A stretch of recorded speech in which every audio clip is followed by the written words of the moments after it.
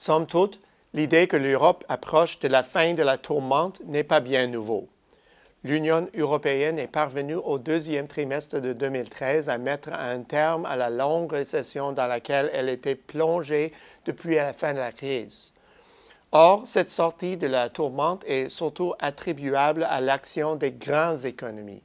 Les économies en difficulté de la zone ont plus de mal à sortir du rouge.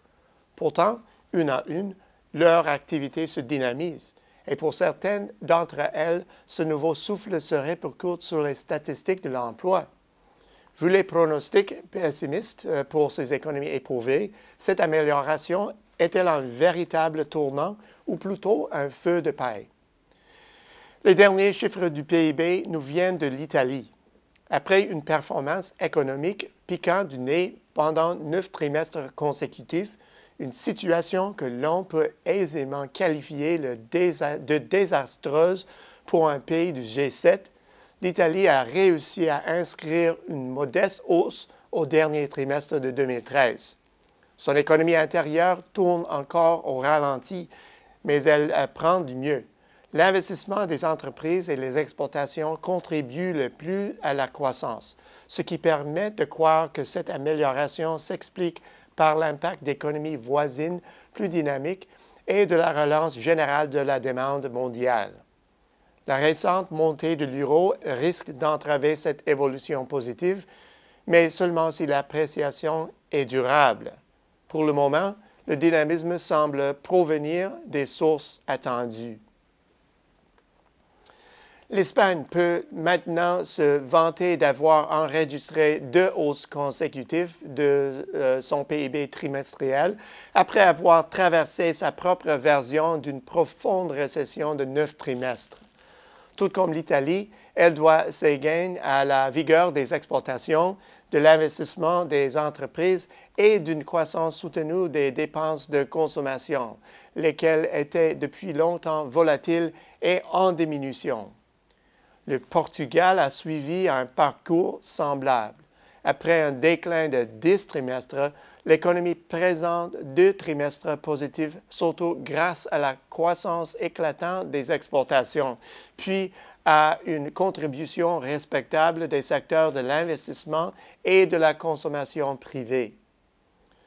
Depuis le début 2011, l'économie irlandaise suit obstinément une trajectoire descendante ponctuée de pics intermittents de la croissance.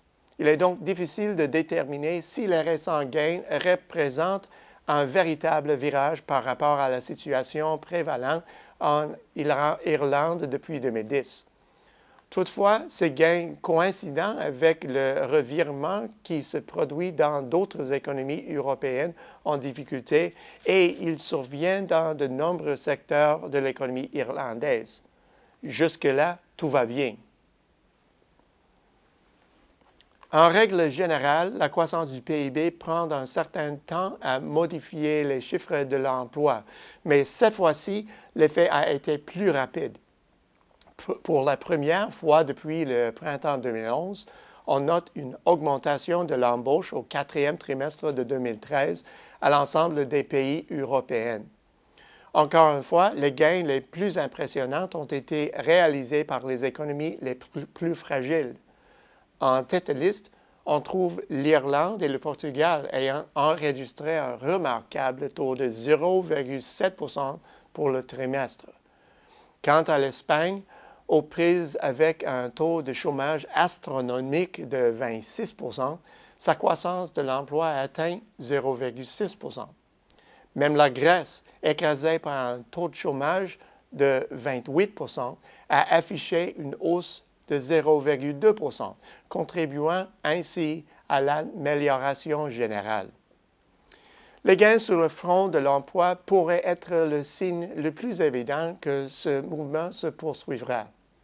En temps normal, dans des économies aussi mal en point, l'emploi est l'un des derniers indicateurs à bouger. Or, compte tenu de l'austérité avec laquelle les entreprises doivent composer depuis la crise, il est étonnant que l'embauche démarre si rapidement. Il est fort probable que ces mêmes entreprises, pour assurer leur survie, aient dû réduire au maximum leurs effectifs. Aujourd'hui, l'augmentation soutenue des commandes les oblige à réengager du personnel. Cette hypothèse, si elle se confirme, réjouira les travailleurs à bois du continent européen et devrait bientôt stimuler la consommation. Par ailleurs, il est surprenant que les taux de chômage déprimants dans la zone euro n'aient pas engendré davantage de protestations. En effet, les taux de chômage officiels dans la zone comprenant la Grèce et l'Espagne dépassent le seuil de déclenchement de l'insurrection sociale. Si un revirement est en train de s'opérer, les théoriciens devront examiner plus soigneusement l'expérience de ces économies éprouvées afin de dégager les causes de cette cohésion sociale anormale en ces temps difficiles. Au bout du compte, des signes pointent toujours vers un redressement des économies européennes. Si tel est le cas, cela signifie que les économies les plus mal en point gardent le cap malgré une conjoncture exceptionnellement éprouvante. Souhaitons que les économies de la zone euro, dont la cohésion est mise à l'épreuve, ne viennent pas briser l'élan imprimé. À la semaine prochaine, c'est Peter Hall.